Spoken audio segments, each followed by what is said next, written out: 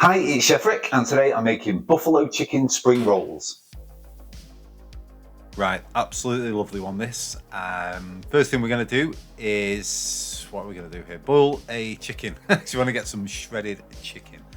This is a very, very, very simple way to get shredded chicken. So you get the largest pot that you can, or that you've got, and put some water in there.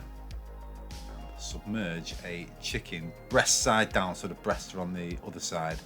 And then just top it up with enough water to cover it.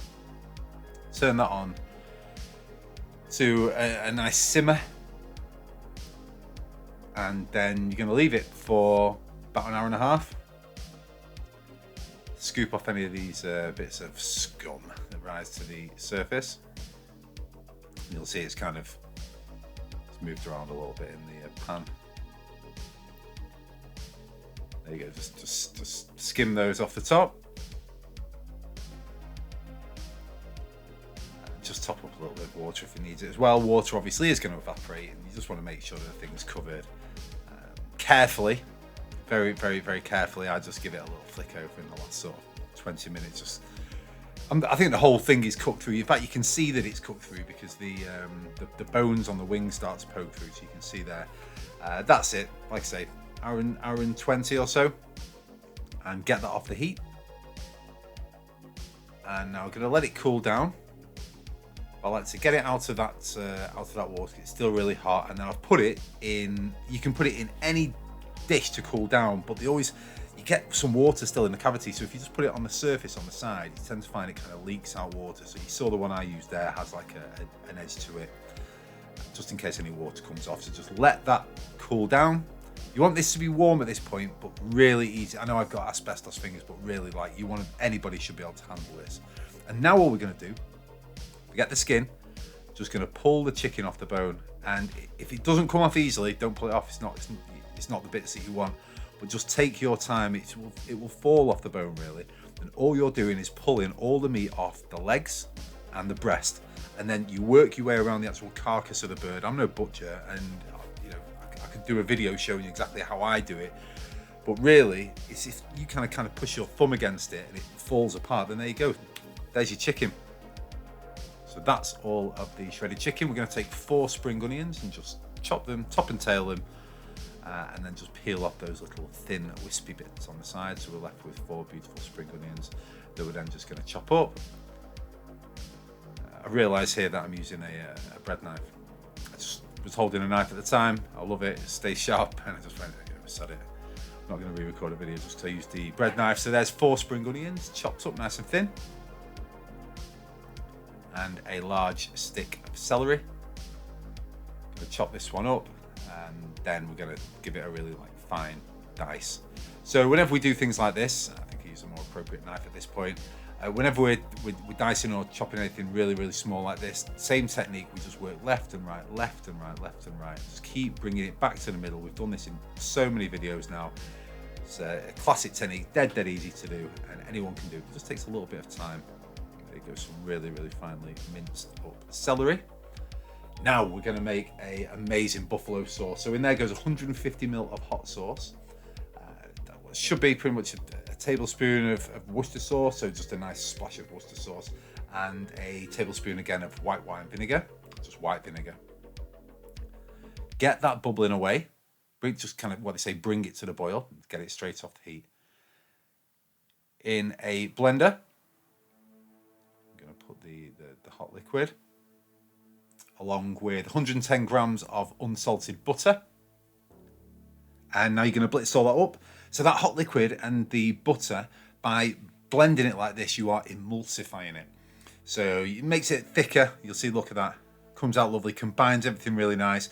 It's not going to split apart from that. Look at that, a nightmare.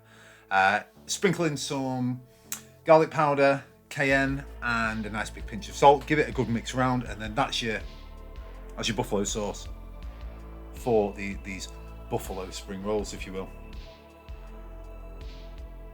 And here's the sauce that we're going to use for dipping.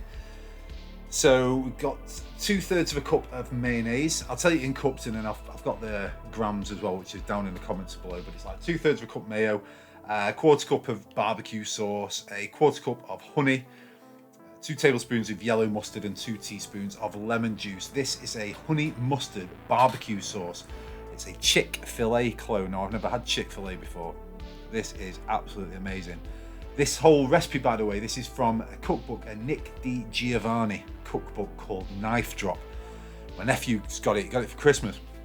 So obviously I see a cookbook in his house, I'm having a look at it, and it's one of the most beautiful cookbooks I've ever seen, honestly. Yeah, Nick DiGiovanni, and it's amazing. Let's make the filling right now. 2 cups of your shredded chicken, 2 cups of shredded mozzarella, all of that buffalo sauce, and 120 grams of cream cheese, the spring onions, the celery, nice big pinch of salt, and pepper. That's it, that's the filling. So we're just going to give that a really good mix around. And what's not to like in there? Of course, if there is an ingredient you don't like in there, just leave it out. And certain people I know are allergic to celery, but it's just delicious. It's cheesy and chicken and just fantastic. Right, some spring rolls. These are wrappers that I got from a local Asian supermarket, and you can be quite tough with them. They're not going to split, but you take off a single sheet like that, and we're going to take some of our filling, make it into a little sausage in the middle, and just wet the edges ever so slightly, fold the top bit over, and then try to squeeze out any little air bits, but you're not wrapping it too tight. But you can see, watch as I push it down, that's just making sure that it's not like a big pocket of air in there, because we're just then going to fold it over itself, and that last little bit of the envelope, just a little bit of water on there.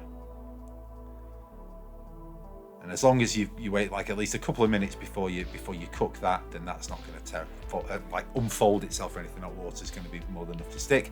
So 4, just because why not? Let's do 4. A vegetable oil in a wok. Do this very carefully. Obviously, if you've got deep fat fryer, it's way easier. You want to get that to 180 degrees.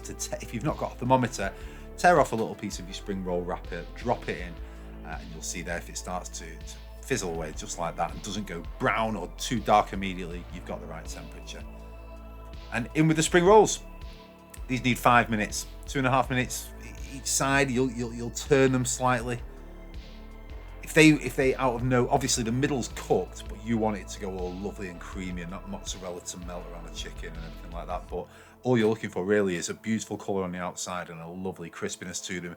If they just went super dark within 10 seconds, move that pan off the heat, turn the heat off if you've got gas. But there you go. After about 5 minutes, take them out, drain them, let them cool. These are red hot. I was desperate to try these. I'm watching this back now and I remember how absolutely amazing they were. Into that Chick-fil-A sauce, and they're amazing. They're absolutely amazing. I made some smaller ones. I put some chili in some and made some chili ones, but these everybody's gonna like those. It's just chicken, cheese, that little beautiful buffalo sauce dipped in that Chick-fil-A sauce. Absolutely amazing. My stomach's rumbling. Don't know if you heard that on camera then. Yeah, you can thank Nick DiGiovanni for that recipe. Amazing, beautiful cookbook called Knife Drop. Totally copied it just because I loved it. Thank you so much for watching the video. Appreciate it, viewer, and I'll see you on the next one.